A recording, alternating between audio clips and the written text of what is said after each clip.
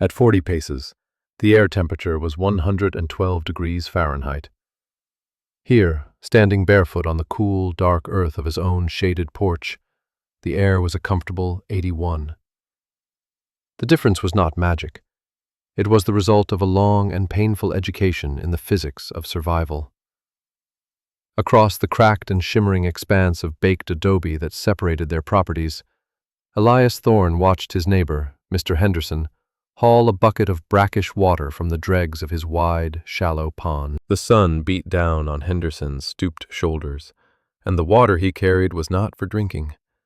It was for the last of his wilting melon vines, a final, desperate offering to a god of agriculture that had long since abandoned this valley. Elias, by contrast, had just finished a lunch of fresh greens grown in the sunken, shaded garden behind his house, irrigated with a trivial amount of sweet, cold water, drawn from a source that the sun had never touched. His own pond, the one the community used, was nearly empty, just like Henderson's. But his true reservoir, the one that mattered, was full. This was the story of how that was possible, of how one man's grief-fueled obsession with a simple problem, the thirsty sun, led to an invention that stored 70% more water than all the designs of credentialed government engineers combined. It is a story of quiet, methodical genius, born from tragedy. Let us know in the comments where you are watching from in the world. And if you find this story of ingenuity as compelling as we do, consider subscribing for more tales of history's forgotten innovators. The story we have planned for next week is, if you can believe it, even more impossible. The valley had always been a place of brutal bargains. It offered fertile soil in exchange for a relentless sun, and a long growing season in exchange for a profound and terrifying scarcity of water. In the year 1882, in this unnamed territory, defined only by its heat and its dust, the settlers adhered to the wisdom they had brought with them from wetter, greener lands. They built their cabins of wood that warped and split in the dryness, and they stored their precious water in wide, shallow ponds, dug from the earth with mules and scrapers. These ponds were monuments to communal effort, designed to catch the meager winter rains and the flash floods of late summer, holding the water for the long, dry months ahead. They were also monuments to a catastrophic misunderstanding of the enemy. The enemy was not the lack of rain. It was the air itself.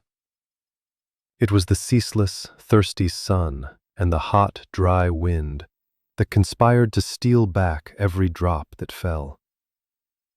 The settlers watched their ponds shrink day by day, the water level receding from the banks, leaving behind cracked mud that baked into ceramic plates under the glare. They saw the evaporation.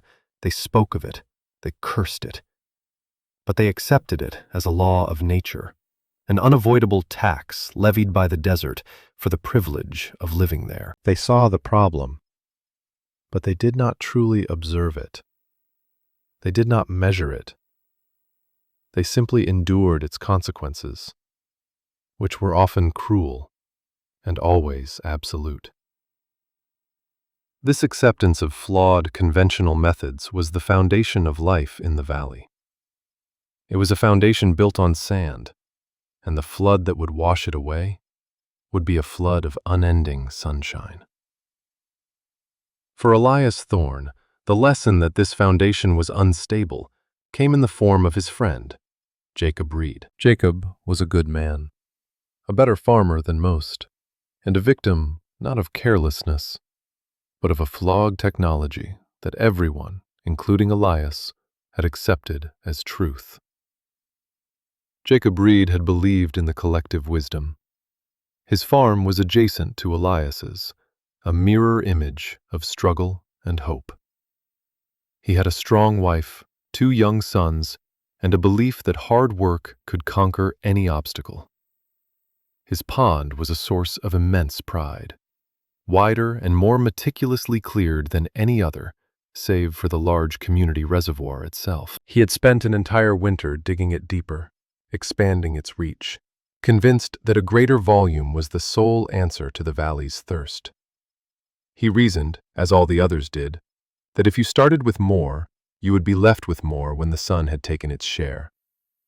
It was a simple, appealing logic. It was also profoundly, lethally wrong. The great drought of 1883 did not arrive like a storm. It crept in like a thief. The winter rains were sparse, a series of disappointing drizzles that barely darkened the soil. The spring was unnaturally hot. And by the first week of June, a time when the ponds should have been brimming and placid, they were already showing the telltale rings of retreat around their edges. A palpable anxiety settled over the valley. Conversations turned from crops and cattle to the shimmering, shrinking surfaces of their ponds. Marcus Cole, the settlement's elder and the unofficial arbiter of its common sense, declared it a test of their fortitude. He preached conservation and prayer, and reminded everyone that they had survived dry spells before. But this was different. The heat did not break. Day after day the sun rose in a cloudless, metallic sky and beat down upon the earth with a physical weight. The air was a furnace blast, and the wind, when it blew, offered no relief. It was a superheated current that scoured moisture from everything it touched, from the leaves of the cottonwood trees, from the sweat on a man's brow, and, most relentlessly, from the exposed surfaces of their beautiful, useless ponds. Elias watched his own pond shrink, and a cold knot of dread tightened in his stomach. But his worry was for his friend. Jacob had invested everything in his crop that year, borrowing against his land to buy more seed, betting on a good harvest. His expanded pond was his insurance, his guarantee. It was the largest private reservoir in the valley, and it was evaporating faster than any other. It was evaporating faster than any other. This was the cruel paradox that Jacob could not, or would not, understand. In his effort to store more water, he had dramatically increased the one variable that mattered most in the equation of evaporation: the surface area. His grand pond, his symbol of foresight and security, was now a vast, shallow pan left cooking on the stove of the desert floor. Every square foot of its shimmering surface was a tiny open door through which his family's future was escaping, molecule by molecule, into the hot, indifferent air. Elias tried to talk to him. He was not yet the man of science he would become, but intuition, a farmer's deep-seated sense for the rhythms of the land, told him something was fundamentally wrong. "Your pond, Jacob," he had said one evening, standing at the fence line that separated their properties. "It's shrinking faster than mine, faster even than the community tank." Jacob, his face etched with worry but masked by a stubborn pride, had simply shaken his head. "It's bigger, Elias. It only looks that way. There's more water in there than you have in yours 2 times over." He believed it because he had to believe it. To admit his design was flawed was to admit that his entire year's work, his family's security, was already lost. He began to work with a frantic energy, deepening the edges, trying to consolidate the remaining water, but it was like trying to cup a river in his hands. The sun was too powerful, the thirst of the air too absolute. By July, the pond was a muddy puddle. The corn in his fields, once green and promising, turned a sickly yellow, then a brittle, ghostly white. The leaves of his squash vines blackened at the edges as if scorched by a flame. The land around his cabin, once his pride, became a landscape of failure. The end came in August. The community pond, the last resort for many, was a cracked basin of stinking mud. Marcus Cole had organized a rationing system, but it was a managed decline, a way of formalizing their collective ruin. Most families had already given up on their farms for the year, butchering cattle they could no longer water, watching their gardens turn to dust. They were surviving on stored goods and a grim hope for the next season. But Jacob had no stored goods. He had bet everything on this harvest. One evening, Elias saw no light in the reed cabin. He called out, but there was no answer, only the sound of the hot wind rustling through the dead cornstalks. A profound sense of wrongness settled over him. He walked over, his boots kicking up puffs of fine, pale dust that hung in the air like smoke. The cabin door was unlatched. He pushed it open and stepped inside. The heat in the small room was suffocating, thick with the smell of despair. In the dim light he saw them. Jacob was sitting at the table, his head in his hands, perfectly still. His wife was on the bed, turned to the wall, a statue of grief. The two boys were huddled in a corner, their eyes wide and vacant. They had not starved. They had not died of thirst. They had simply been broken. Their hope had evaporated along with their water. There was nothing left to say. There were no words that could fill the void left by a failed dream. Elias stood there for a long time, the silence of the room a physical weight upon him. He was not witnessing the aftermath of a natural disaster. He was witnessing the aftermath of a failure of design. The drought was the weapon, but the wound was self-inflicted, a product of their own ignorance. He looked from Jacob's still form to the empty water bucket by the door, and in that moment, the trajectory of his life changed forever. He spent the night in that failed cabin, not sleeping, but absorbing the full measure of the tragedy. He felt the suffocating heat, smelled the dust, and understood, with a clarity that felt like a fever, that the problem was not the sky. The problem was the pond. The problem was the pond. That single, searing thought became the center of his universe. The Reeds left a week later, their wagon piled with the few possessions they had left, their faces blank masks of defeat. They did not say where they were going, only that they were leaving the valley for good. As Elias watched their wagon disappear into the shimmering heat haze, he made a silent vow. He would not be next. He would not be a victim of the sun. He would understand it. He would master it. And so began his obsession. He was no longer just a farmer. He became a student, a scientist, a detective, hunting a relentless and invisible thief. His farm became his laboratory. His tools were no longer just the plow and the hoe, but also the ruler, the thermometer, and the notebook. He began with a simple experiment. He took two identical shallow pans. He filled them with precisely the same amount of water. One he placed in the full, unobscured sun. The other he placed under the shade of a mesquite tree. He measured the water level in both pans every hour, from dawn until dusk, meticulously recording the results in a ledger. The numbers that filled the pages were a stark and damning indictment of their entire way of life. The pan in the sun lost water at a rate that was, to his eyes, astonishing. It was a visible decline, a measurable defeat in his war against the sky. The pan in the shade, while it still lost water to the hot, dry air, lost it at a rate that was nearly 60% slower. It was his first piece of concrete data, the first verifiable clue. Shade was a shield. It was not a perfect shield, but it was a powerful one. He expanded his experiments.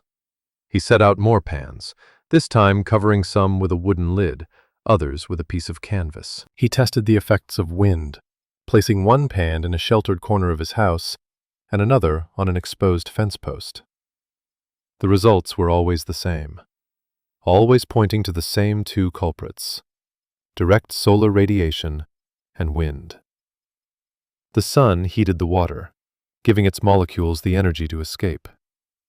The wind swept across the surface, carrying those escaped molecules away, making room for more to leave. Their wide, open ponds were a perfect, large-scale engine for this process. They were designed to maximize the impact of both sun and wind. They were not storage tanks. They were evaporation machines. The thought was so simple, so obvious in retrospect, that it made him physically angry. How had they all missed it? They had all seen the effects, but they had never questioned the cause in a fundamental way. They had accepted the design as a given, a law, as immutable as the sun itself. His ledger filled with numbers, with charts tracking temperature, humidity, wind speed, and the corresponding rates of water loss. He visited his neighbors, not to talk about crops, but to measure their ponds. He recorded their depth, their approximate surface area, and the rate of decline. He created a map of the valley's water, a doom-laden atlas of their collective, slow-motion failure. Marcus Cole watched him with a mixture of pity and concern. "A man can drive himself mad staring at the sun, Elias," the old man warned him one afternoon, finding him ankle-deep in the mud at the edge of the community pond, holding a thermometer in the water. "This is God's will, not a puzzle in a book." Elias simply nodded, not bothering to argue. How could he explain the fierce, cold rage that drove him? How could he explain that he was not staring at the sun, but at the ghost of Jacob Reed? He was looking for an answer that prayers could not provide. He knew the answer was not in the sky, but in the earth. The problem was surface area. The solution, therefore, had to be the opposite. He had to store the same amount of water, or more, while presenting the smallest possible surface to the air. The image that formed in his mind was of a deep, narrow hole, a well. But a well tapped groundwater, and the valley's groundwater was too deep, too salty. He needed to store the surface water, the rainwater, the flood water. He needed to build a man-made well, a cistern. A deep, cool, dark chamber in the earth, shielded from the sun, protected from the wind. A place where water could be kept safe, not just from the thirst of the land, but from the thirst of the sky. The idea settled in his mind not as a vague hope, but as a clear and concrete engineering challenge. The geometry was simple. To minimize the ratio of surface area to volume, you moved away from the shape of a wide, shallow pan and towards the shape of a deep, narrow sphere or cylinder. A jug, not a plate. A jug, not a plate. This simple analogy became his mantra, the guiding principle of his entire endeavor. He spent the winter not mending fences or sharpening tools for the spring planting, but reading. He sent away for books, a rare and expensive luxury.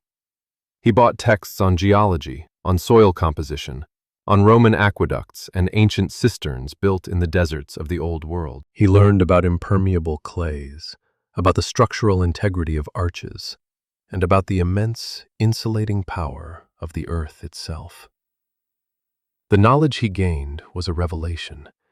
He learned that just a few feet below the sun-baked surface, the earth maintained a remarkably stable and cool temperature. It was a natural cellar, a perfect defense against the heat of the day. If he could place his water there, deep within that thermal refuge, he would not only be shielding it from the sun and wind, he would be actively cooling it, reducing the energy the water molecules had to escape. The plan that formed was audacious, a radical departure from every practice known in the valley. He would not dig a pond, he would excavate a cavern. He envisioned a deep, bell-shaped chamber, narrow at the top to minimize the opening, and swelling outwards below ground to maximize the storage volume. The entrance would be small, just large enough for a bucket, and capped with a heavy stone lid. The walls of this subterranean jug would be lined with a thick layer of processed clay to make them waterproof, and it would be fed not by a large, open ditch that would itself lose water to evaporation, but by a series of small, stone-lined channels, carefully graded to carry the runoff from the winter rains directly into the cistern's mouth before the sun had a chance to steal it. He drew diagrams in his ledger, pages and pages of them, calculating volumes, angles, and stresses. He walked his land for weeks, not looking for fertile ground, but for the right kind of ground. He needed a place with a deep layer of soil, but also one underlaid by a stable formation of rock or caliche. He found the perfect spot, on a gentle rise at the north end of his property, a place others had ignored as poor farmland. He drove a steel rod into the ground again and again, mapping the subterranean landscape. He found what he was looking for: 10 feet of dense, clay-rich soil, followed by a thick, almost concrete-like layer of caliche. It was perfect. The soil would be easy enough to dig, and the caliche would provide a solid foundation for his chamber. The project would be a monstrous undertaking of physical labor. It would require moving tons of earth and rock by hand. It would be slow, grueling, and solitary work. And it would require tools he did not own.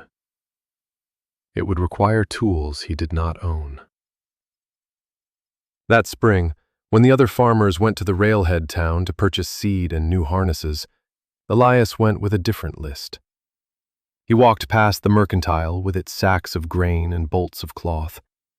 He ignored the blacksmith shop with its rows of new plowshares. He went to the surplus dealer, a man who traded in the cast-off equipment of the railroad and the army. While his neighbors debated the merits of different strains of corn, Elias spent his savings on tools that no farmer in the valley had ever thought to own. He bought 3 heavy-duty pickaxes, not for tilling soil, but for shattering rock. He bought a set of steel rock drills and a sledgehammer with a 20-pound head. He bought a dozen specialized shovels, some with long, narrow blades for digging in tight spaces, others with wide, flat heads for scraping. His largest and most perplexing purchase was a block and tackle system. This was a complex web of ropes and pulleys rated to lift 1,000 pounds, along with a heavy iron tripod from which to hang it. The surplus dealer, a man named Henderson, raised an eyebrow. "Planning on moving your house, Thorne?" Elias offered a thin smile. "Something like that." His final purchase was the one that earned him the most confused stares. He bought 3 kegs of blasting powder. Marcus Cole saw Elias loading the heavy kegs onto his wagon. The old man's face, already a road map of wrinkles carved by decades of sun and worry, tightened with disapproval. "That's a dangerous thing, Elias," he said, his voice low. "What's a farmer need with blasting powder?" "I have some rock that needs moving," Elias replied, securing the kegs under a canvas sheet.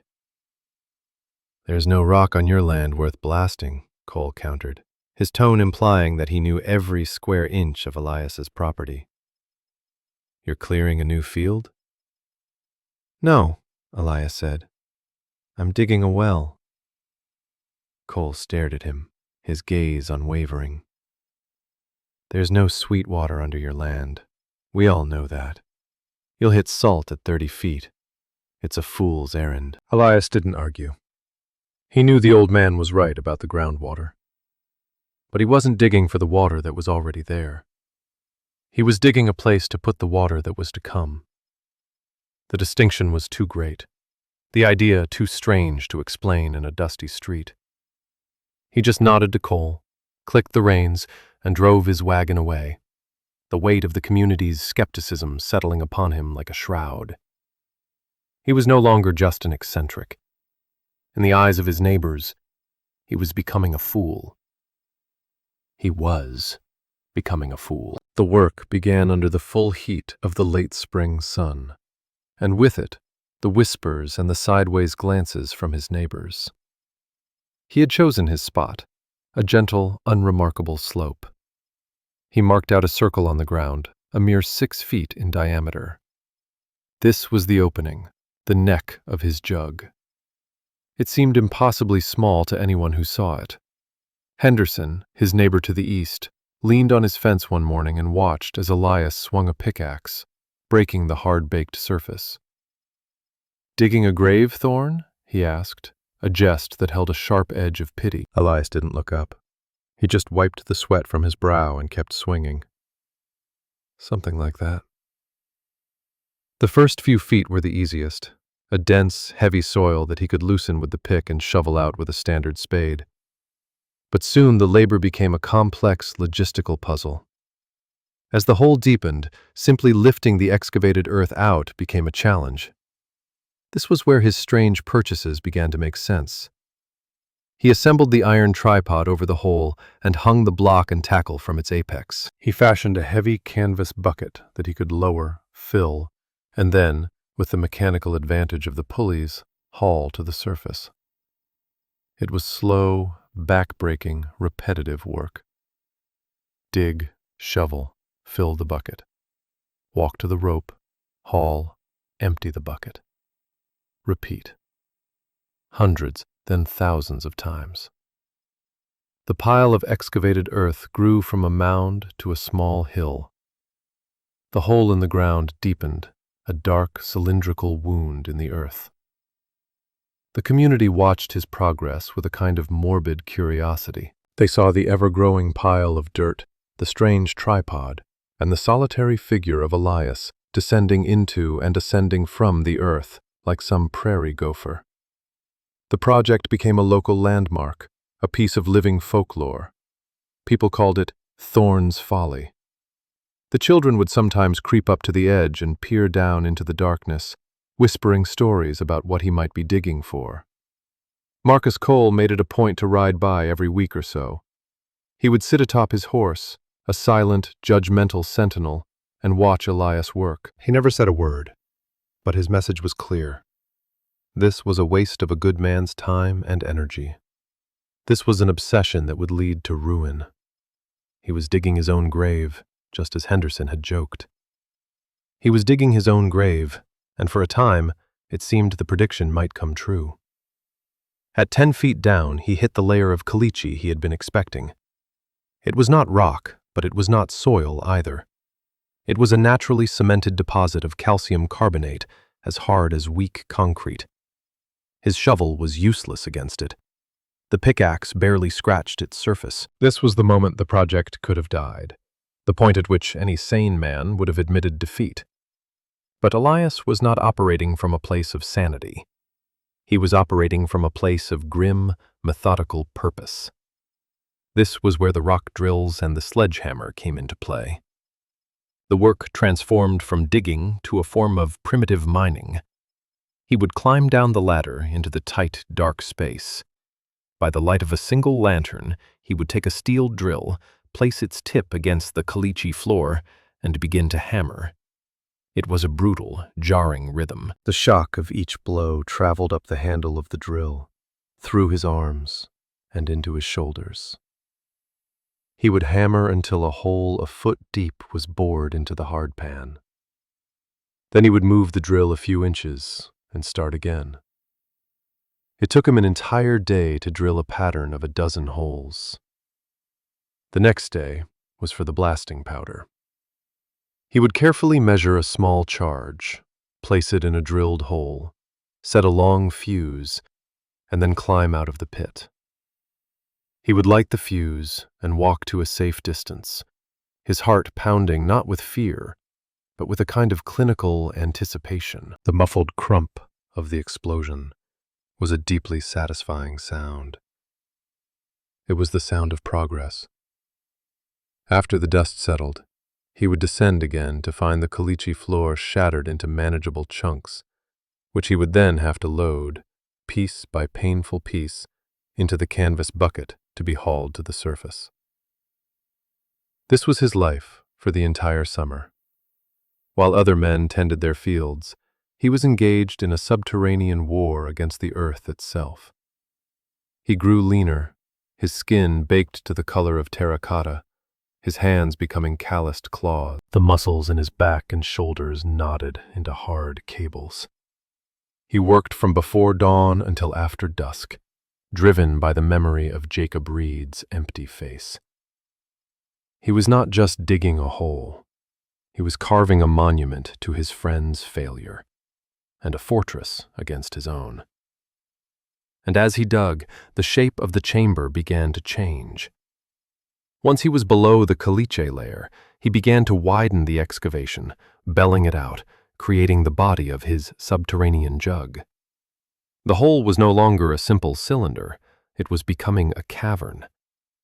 It was becoming a cavern. The sheer scale of what he was attempting was now becoming clear to anyone who dared to look down into the pit. The opening at the top remained a mere 6 feet across, but 15 feet below the surface, the chamber had widened to a diameter of over 20 feet. He was hollowing out the earth, creating a vast, hidden space. It was during this phase of the work that he found his first and only ally. His name was Samuel Finch. He was a young man, barely 20, who had arrived in the valley the previous year with his new wife. He was a quiet, observant man, less beholden to the ingrained traditions of the settlement.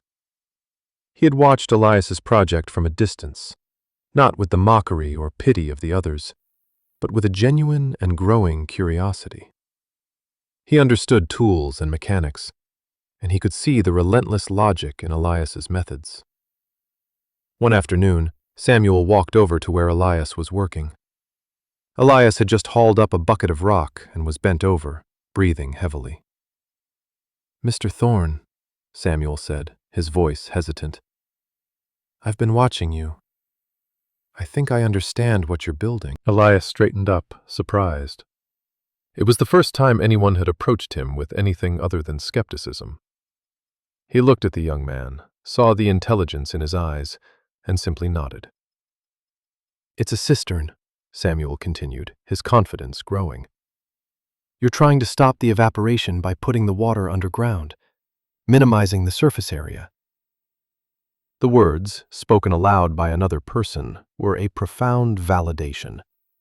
It was as if a great weight had been lifted from Elias's shoulders. He had been so alone with his obsession for so long. "That's the idea," Elias said, his voice raspy from dust and disuse. "It's brilliant," Samuel said, shaking his head in admiration. "It's so simple. Why has no one else thought of it?" "They prefer the wisdom they already have," Elias replied, gesturing vaguely towards the other farms. From that day on, Samuel became a regular presence at the excavation site. He would come over after his own chores were done and help. He was strong and tireless, and his presence made the work go twice as fast. He helped haul the buckets, sharpen the drills, and manage the ropes. But more than his physical help, he provided something Elias had not realized he desperately needed. Conversation. He asked questions. He wanted to understand the principles, the calculations, the reasoning behind every decision. He was not just a laborer. He was an apprentice. His belief in the project was a bulwark against the silent judgment of the rest of the community. The folly was no longer the work of a single madman. It was now a partnership. It was now a partnership. With Samuel's help, the excavation was completed by the end of the first year. The final chamber was a marvel of subterranean engineering. It was shaped like a gigantic clay pot, 30 feet deep from the surface to its floor. The narrow 6-foot neck at the top opened into a vast, bell-shaped cavern that was nearly 30 feet across at its widest point. Elias calculated its volume to be over 70,000 gallons, more than twice the capacity of Jacob Reed's disastrously wide pond. But the digging was only the first part of the construction. The raw earth walls, while stable, were not waterproof. The next phase of the project required a different kind of labor, a shift from brute force to a craftsman's precision. Elias needed to create a waterproof lining, a membrane that would prevent his precious stored water from simply seeping away into the surrounding soil. For this, he turned to the one resource the valley had in abundance besides sun: clay. He had identified a rich deposit of bentonite clay in a dry wash at the edge of his property. This was not ordinary soil. Bentonite had a unique property. When wet, its particles would swell to many times their original size. This created a dense, gelatinous, and highly impermeable barrier. The ancient desert dwellers had used it to seal their own water vessels. Elias and Samuel spent weeks digging out the clay, hauling it back to the cistern site by the wagon load. They spread it out on large canvas tarps and left it to dry completely in the sun until it crumbled into a fine gray powder. Then came the arduous task of processing it. They mixed the powdered clay with water and sand, creating a thick, plaster-like substance. This they had to carry down into the cistern and apply to the walls. It was painstaking work, performed by lantern light in the cool, silent darkness of the underground chamber. They plastered the entire interior surface, from the floor up to the neck, with a layer of clay mixture 6 inches thick. They worked it into every crevice, smoothing it with wooden trowels until the inside of the cistern was as seamless as a piece of pottery. They applied 3 separate layers, allowing each one to cure for weeks before adding the next. The community's skepticism continued unabated. They had watched him dig a hole, and now they watched him play in the mud. The project seemed to be an ever-evolving monument to useless labor. Marcus Cole, seeing Samuel helping Elias, had pulled the young man aside one day. "You're a good lad, Samuel," the elder had said. "Don't let that man's madness infect you. There's good work to be done in the sun, not in some hole in the ground." Samuel had merely nodded politely and returned to his work, his belief in Elias's vision unshaken. His belief in Elias's vision unshaken.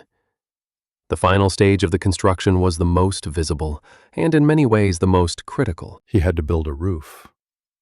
He needed to seal the chamber from the sun, from the wind, and from the debris that could fall in and contaminate the water.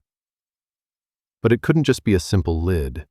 It had to be strong enough to support the weight of a man, and it had to incorporate the system that would fill the cistern in the first place. He started by laying thick, heavy timbers of rot-resistant juniper across the 6-foot opening. On top of this wooden frame, he and Samuel painstakingly laid a tight-fitting course of flat stones, mortaring them together with more of their clay mixture. In the center of this stone cap, they left a small, 2-foot square opening, which would be the only access to the water below. This opening was fitted with a heavy, close-fitting capstone, with iron rings set into it for lifting. The stone roof was only the first layer of the seal. On top of the stones, they piled a thick layer of the excavated earth, mounding it up until the entire construction was buried. They contoured the earth into a gentle dome that blended seamlessly with the surrounding slope. When they were finished, the only visible evidence was a flat capstone. It was the definition of unobtrusive. It was the physical embodiment of his core principle, hiding the water from the sky. The last piece of the puzzle was the collection system. He spent weeks surveying the gentle slope above the cistern, using a water level to plot the course of a series of shallow, narrow channels. He dug these channels by hand, no more than a foot wide and a foot deep, and lined them with smooth, flat stones. They were not ditches. They were carefully engineered conduits. They snaked across a 5-acre catchment area designed to intercept the runoff. By the time the first winter rains were due, the system was complete. It had taken nearly 2 years of relentless, all-consuming labor. He had transformed a patch of unremarkable dirt into a hidden fortress for water. All that was left was to wait. He had done the work. He had followed the logic. Now he needed the sky to provide the test. Now he needed the sky to provide the test. The winter that followed was a blessing. The rains came early and they came often, not in violent, erosive downpours, but in long, steady soaks that the ground could absorb. Elias watched with a quiet, profound satisfaction as his network of channels worked exactly as he had designed them. The rainwater, instead of carving gullies in the land or pooling in muddy puddles to be evaporated later, was captured and guided. 100 tiny streams converged into one, a clear, steady flow that disappeared into the ground next to a single, flat stone. For 3 months, every time it rained, the cistern drank. He would occasionally lift the heavy capstone and lower a lantern into the darkness. The water level rose steadily, the light reflecting off a cool, dark, and perfectly still surface. By the end of the rainy season, he lowered a weighted rope and found the water was less than 5 feet from the top. The cistern was full. His great subterranean jug held 70,000 gallons of clean, cold water. And then the rain stopped. The sun returned, and with it, the familiar heat and the dry, thirsty wind. The valley's conventional ponds were also full, their surfaces glittering in the spring light. A sense of optimism returned to the settlement. The memory of the drought of '83 faded. Marcus Cole declared it a sign of God's favor, a reward for their perseverance. The farmers planted their crops with renewed hope, confident in the wide, shimmering reservoirs that dotted the landscape. No one paid any attention to Elias's buried folly. He had spent 2 years digging a hole and filling it with mud, and now he had covered it over. As far as the community was concerned, the project was finished and forgotten. Elias did not mind. He did not seek their approval. He was not interested in their praise. He was interested in the data. Every week, he would lift the capstone and measure the water level. And every week, the measurement was the same. The level did not drop. Not by an inch, not by a fraction of an inch. The water was held in the cool, dark, silent earth, perfectly shielded, perfectly safe. Meanwhile, he watched the community pond. By the 1st of May, its level had already dropped by 6 inches. The sun was taking its tax. The great slow-motion theft was beginning all over again. The great slow-motion theft was beginning all over again. The spring of 1885 gave way to a summer that was not merely hot. It was a physical assault. It was a season forged in the heart of a furnace. The temperatures climbed higher than any of the settlers could remember, and they stayed there, day after relentless day. The sky was a bleached white canvas, empty of clouds. The land baked, the native grasses cured to a brittle, explosive tinder. The leaves on the cottonwood trees curled and dropped, leaving the gaunt, skeletal branches naked in the oppressive sunlight. This was not a drought like the one that had broken Jacob Reed. This was an extinction-level event. The heat was a predator, stalking the valley, and the settlers' open ponds were its chosen prey. The evaporation was no longer a slow decline. It was a rout. The water levels in the ponds plummeted. What had been a 6-inch loss in a month became a 6-inch loss in a week, and then in a matter of days. Panic began to set in. The cheerful optimism of the spring evaporated along with the water. The community pond became the focal point of their collective anxiety. Marcus Cole implemented strict rationing almost immediately. But it was like trying to bail out a sinking ship with a thimble. The sun was drinking far more than the people were. By July, the pond was a ghost of its former self, a vast expanse of cracked, sun-scorched mud surrounding a shrinking pool of warm, algae-choked water. Cattle grew thin, their ribs stark beneath their hides. The crops in the fields, which had sprouted so hopefully in the spring, withered and died on the stalk. A grim sense of déjà vu descended upon the valley. The specter of Jacob Reed's failure haunted them. They were all living his last, desperate summer. Through it all, Elias Thorne went about his business. His small, sunken garden, irrigated with a careful allotment of his hidden water, remained a patch of impossible green in a brown and dying world. He watered his small herd of cattle from a trough filled with cool, clear water. He did not hoard his supply. He shared it, quietly, with his immediate neighbors, Henderson included, offering enough for their domestic use, for drinking and cooking. He did not explain where it came from. He just gave it. His actions were a source of deep suspicion and rumor. Some whispered he had found a secret spring. Others, in their desperation, hinted at darker, more supernatural explanations. No one thought to connect his comfortable survival with the forgotten folly he had spent 2 years building. They had dismissed it so completely from their minds that it no longer existed as a possible explanation. The answer was right there, buried under their feet, but they were all still looking to the sky for a solution that would never come. By the first week of August, the community pond was gone. The last puddle of foul-smelling water had been consumed, not by the settlers, but by the sun. The Great Basin, the symbol of their collective security, was now a dusty crater, littered with the corpses of fish and frogs. The settlement was on the brink of collapse. The spirit of the people was broken. Families began to pack their wagons, ready to abandon the valley for good. There was no anger, no panic, just a heavy, funereal despair. They had been beaten. Marcus Cole, the pillar of their community, the man of unshakable faith and conventional wisdom, was a changed man. The certainty had been burned out of him, leaving behind a hollowed-out shell of guilt and confusion.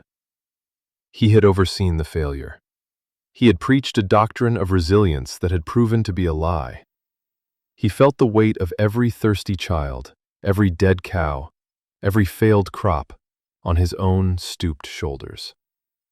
That evening, as the sun finally sank and the baked earth began to radiate its stored heat back, Marcus Cole did something he had never done before. He swallowed his pride, a bitter meal, and walked to Elias Thorne's farm. He found Elias sitting on his porch, in the cool, still air that Henderson had marveled at from a distance. The contrast between the two properties was a physical shock. Elias's homestead was an island of quiet order and life in an ocean of dust and death. Cole did not waste time with pleasantries. His voice was a dry rasp. "The pond is dry, Elias. The community well is gone." Elias nodded slowly. He had been expecting this visit. He had seen it coming for weeks. "I know, Marcus. People are leaving," Cole continued, his gaze fixed on the dead fields beyond Elias's farm. "We have no water. Not for drinking. Not for anything." He paused, the silence stretching out between them, thick with the history of his own skepticism and Elias's solitary obsession. Finally he looked at Elias, his eyes pleading. "You have water. I don't know how. I don't care how. But you do. And the community, we need it. I am asking you. For the sake of the children." Elias stood up. He did not say a word. He simply gestured for Marcus to follow him. He walked past his house, past his verdant garden, to the gentle, unremarkable slope at the north end of his property. He stopped at the single, flat capstone resting in the dirt. The old man looked at the stone, then at Elias, his face a mask of incomprehension. "What is this?" he asked. "This is my well," Elias said. He knelt, gripped the iron rings, and with a grunt of effort, slid the heavy capstone aside, revealing the dark, 2-foot square opening beneath. A plume of cool, damp air rose from the hole, a stark contrast to the oven-like heat of the evening. It was the air of a cave, of a deep cellar, the smell of earth and water and stone. Marcus Cole recoiled slightly, startled. He peered into the opening, but could see nothing but impenetrable blackness. Elias picked up a lantern from the ground, lit the wick, and handed it to Samuel Finch, who had appeared silently at his side. "Lower it down, Samuel," Elias said. Samuel took the lantern and tied it to a long rope. He carefully paid out the line, lowering the light into the cistern. Marcus leaned forward, his eyes wide, his skepticism warring with a dawning sense of awe. The lantern descended, and as it did, it began to illuminate the space below. The first thing Marcus saw were the walls, smooth and curved, sweeping outwards into the darkness. They were not the rough, jagged sides of a hand-dug well. They were finished, plastered, like the inside of some enormous subterranean vase. The lantern continued its descent, and the true scale of the chamber was revealed. It was a cavern, vast and silent.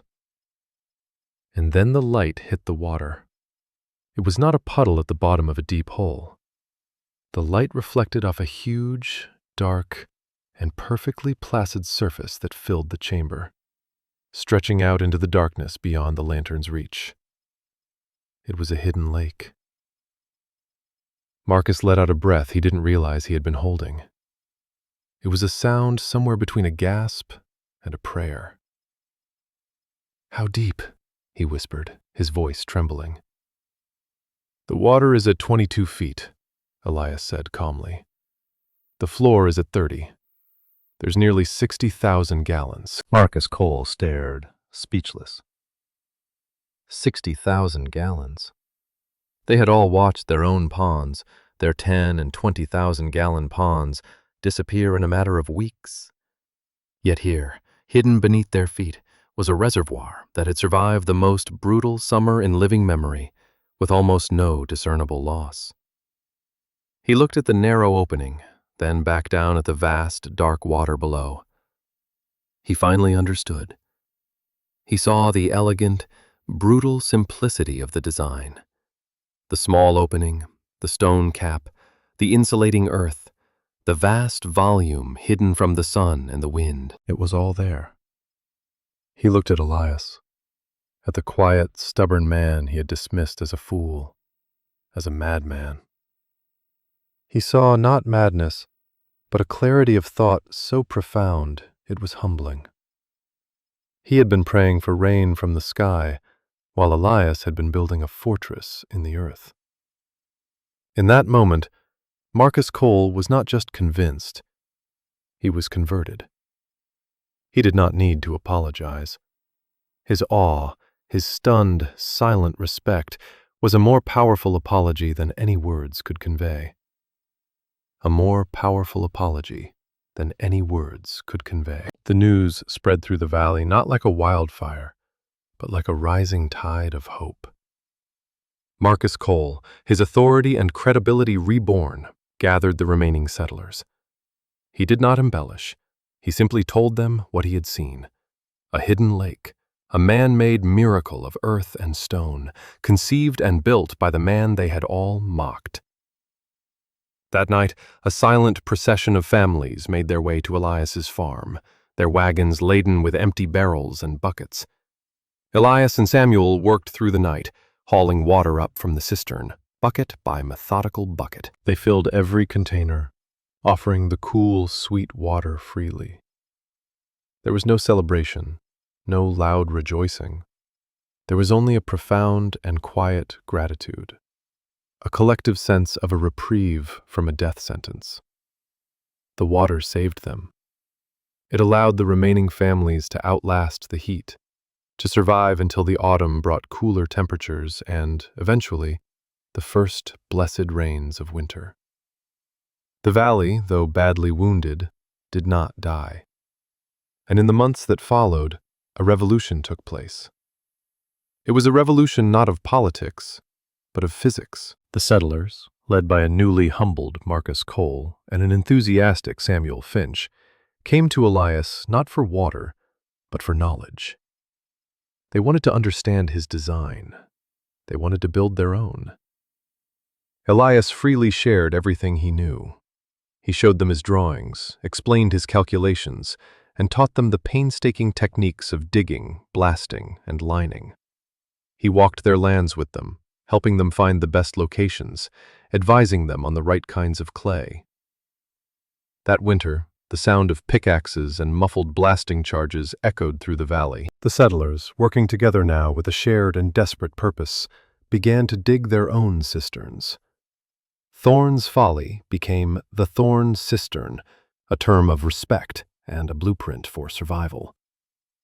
They were not all as large or as perfectly constructed as the original, but they were all built on the same core principle: hide the water from the sky.